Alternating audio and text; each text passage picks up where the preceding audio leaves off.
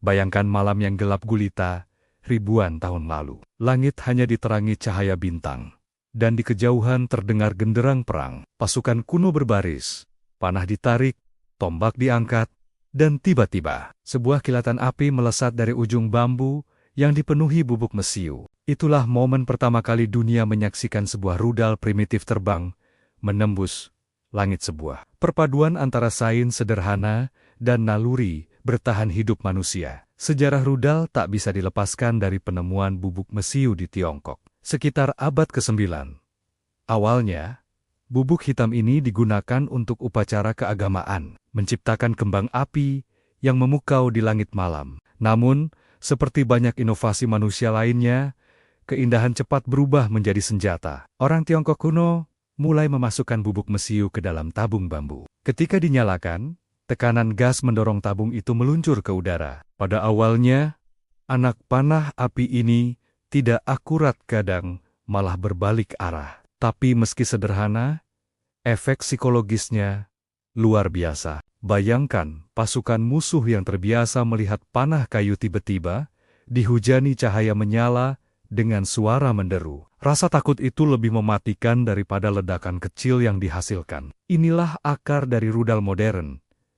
Bukan hanya tentang daya hancur, tapi juga tentang teror visual dan suara. Teknologi mesiu menyebar lewat jalur perdagangan dan peperangan. Orang Arab, India, hingga Eropa mulai bereksperimen dengan panah berapi versi mereka sendiri. Di India, kerajaan Mysore pada abad ke-18 bahkan menciptakan roket logam dengan daya jangkau ratusan meter. Rudal-rudal ini digunakan melawan kolonial Inggris, membuat tentara Eropa yang terbiasa dengan senjata klasik terkejut melihat senjata terbang yang sulit diprediksi arahnya. Bagi Inggris, pengalaman pahit itu justru jadi inspirasi. Mereka mengembangkan Congreve rakit, digunakan dalam Perang Napoleon, bahkan menjadi simbol di lagu kebangsaan Amerika Serikat, Rockets, Red Glare, yang sering disebut. Rudal bukan lagi senjata eksotis dari timur, melainkan bagian dari strategi global. Memasuki abad ke-19, Eropa memasuki revolusi industri. Mesin uap,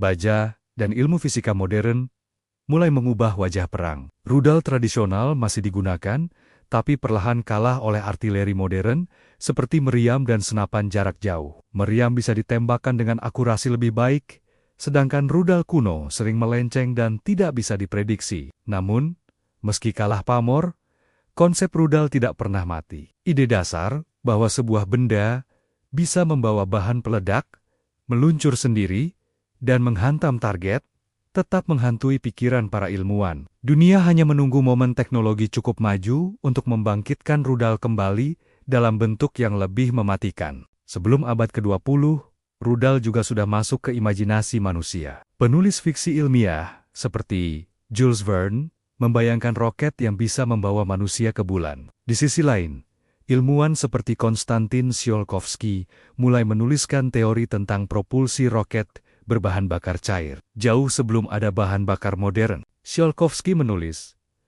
"Bumi adalah buayan umat manusia. Tapi manusia tidak akan selamanya tinggal di buayan." Kalimat ini tak hanya relevan untuk eksplorasi luar angkasa, tapi juga untuk peperangan. Manusia selalu berusaha melampaui keterbatasan teknologi. Semua fondasi itu akhirnya berpuncak pada abad ke-20.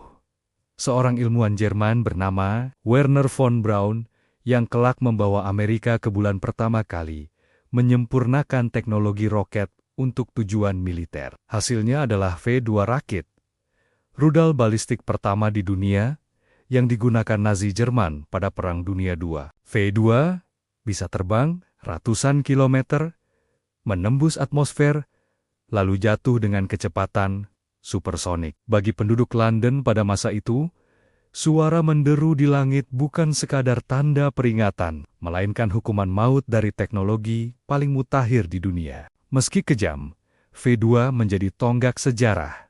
Rudal telah lahir kembali, bukan sekadar panah berapi, tapi mesin presisi yang bisa mengubah jalannya perang. Dari bambu sederhana yang terbakar di medan perang Tiongkok, hingga monster baja V2 yang menghantam London Rudal telah menempuh perjalanan panjang. Ia bukan lagi sekadar senjata, melainkan simbol evolusi teknologi manusia dari rasa ingin tahu, dari rasa takut, hingga ambisi menguasai langit.